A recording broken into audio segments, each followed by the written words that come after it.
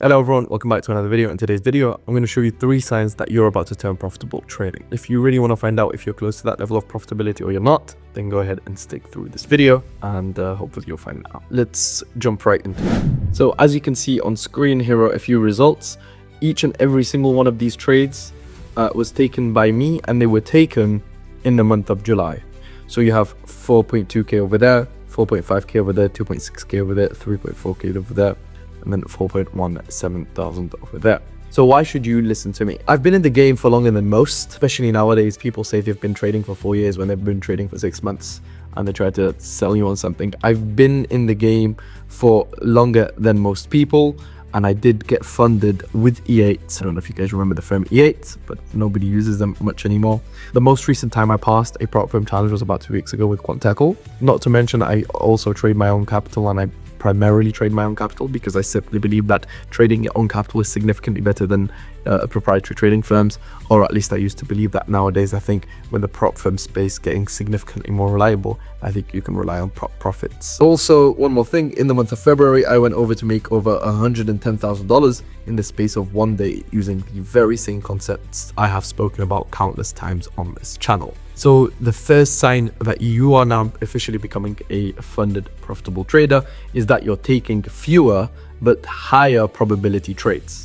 So what does this mean? Well, this means that you filtered out your A+ setups. You've understood that you're only going to take A+ setups. You now follow that trading plan of yours. You're taking significantly less trades. And what do I mean by significantly less trades? I mean maximum 1 per day. There are 20 trading days in a month. You're taking maybe 10 trades a month, if that even. Sometimes you are going to take a little bit more. It just really depends on your setup. Have you followed your strategy? Have you followed your checklist? If you have, then wonderful. If you haven't, then you definitely need to follow up. There's a great saying that goes, the less trades you take, the more money you make. It's very, very simple. It's as simple as that. I mean, focus on higher RR trades, but less of them. That way you drastically increase the probability and the chances of you actually succeeding with trading. Prioritize taking 1 to 2 trades maximum per day. So for example, let's say your setup forms in London session and it also forms in New York session. That's fair enough. If you want to take 2 trades a day, I highly advise just sticking to 1 trade maximum.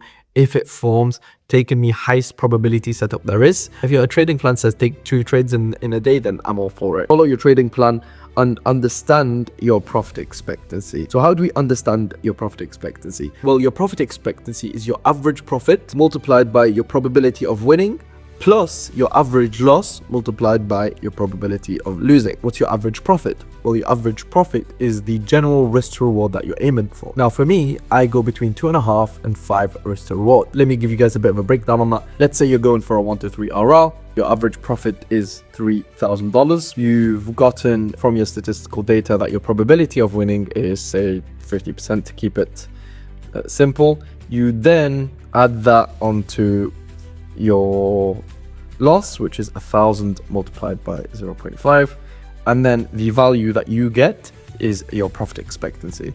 If it's a positive value, then you have a positive profit expectancy. If it's a negative value, then you have a negative profit expectancy. Now, before I do jump onto the second sign, if you really want to understand this probability-based approach a little bit more, then you can go ahead and book a completely free strategy call with myself. We'll go over how I can help you. I'll give away as much value as humanly possible. And if I can personally help you, and if we're a good fit to work together, we can potentially work together and I can guarantee you multiple payouts. Otherwise, you don't pay me a single dime. If that sounds good with you, go ahead, jump over to the first link in the description and you can go ahead and work with myself. So the second sign that you are about to become a profitable trader is that your risk to reward is at least 1 to 2. The reason for this is very, very simple. When your bias is correct, you want to capitalize on that opportunity, right? You want to make as much money as humanly possible, because with a low risk to reward, you're drastically decreasing your profit expectancy. In turn, that means the likelihood or probability of your edge becoming profitable or being profitable is lower. So that means that the law of large numbers can actually no longer work in your favor. The law of large numbers states as the number of trials increases, the probability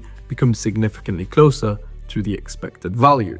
So what does that mean? If you've backtested and you found that your strategy has a 60% win rate, but you've backtested that over 200 trades, this doesn't mean that as soon as you jump onto the market, you're going to win 6 every 10 trades. What the law of large numbers states is that as the number of trials increases, meaning the more trades you take, the higher the probability of your win rate becoming closer to the expected value. So if the law of large numbers can no longer work in your favor, this could mean one of two things. It increased the number of trades which you have to take in order to see your edge play out, or even worse, your edge is no longer profitable. So make sure that your risk to reward is consistently higher than 1 to 2. That gives you the greatest chances of success. And think about it, if you've already predicted the buyers, which is a 50-50, then go ahead and capitalize and make as much money as humanly possible.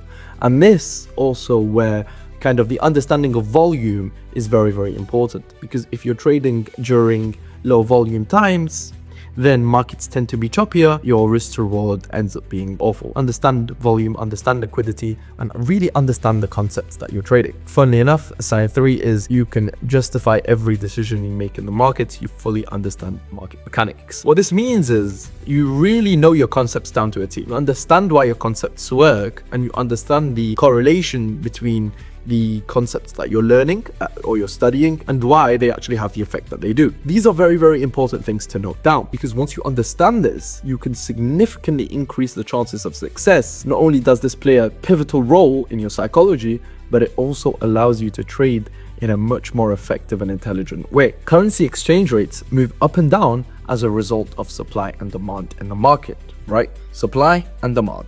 Everyday investors and traders, both institutional and private individuals, all buy and sell currencies.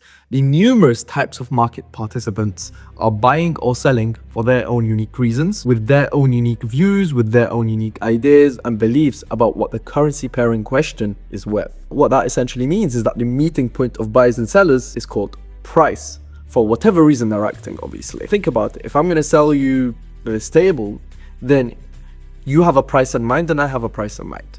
And unless we agree on a price, that transaction can't occur. So if I want to sell you this table for, say, £500 and you're willing to pay £300 for it, then that transaction can only occur when there's a meeting point for the two of us. So essentially, it's a continuous auction between me and you, between the buyer and seller, right? If I'm trying to sell you this table, then I'm trying to get the best price out of you. You're trying to get the best price out of me. And that's essentially how currency exchange rates work. The meeting point is called price. So let's say the meeting point for us was £400. That's the price I would have sold it to you.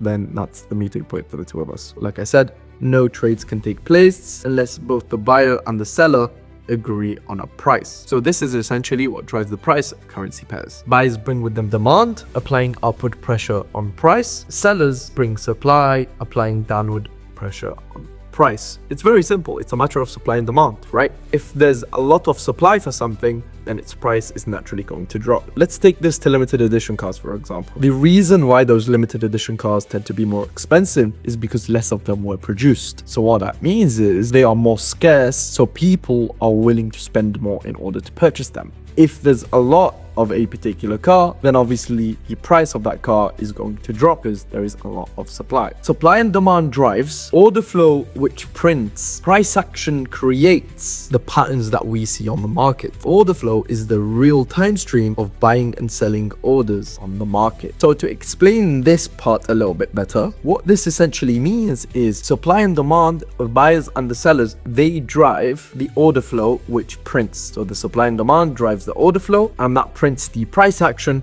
which we see on the market, for example. If you want access to this very document, then I'll go ahead and leave that in the first link of the description. You can go ahead and access it through there. If you have any questions whatsoever, or you want a completely free strategy call with myself, or even if you want to work with me one-to-one, then you can go ahead and apply also on that first link and get a few good resources as well, like this and a few other things like a trading roadmap, etc., etc. And then on the next page, if you want to work with me, and this is for only the serious people that really want to take their trading to the completely next level, then you can go ahead and apply to work with me. And our guarantee states that we will get you anywhere between 5 to 10K per month within 6 months from zero. Otherwise, we don't pay a single dime. With that being said, if you do have any questions, go ahead and drop me a message. So I'll put my Instagram just over here. If you do have any questions, go ahead and message that. That's going to be it from me. And I hope to catch you in the next video. Peace.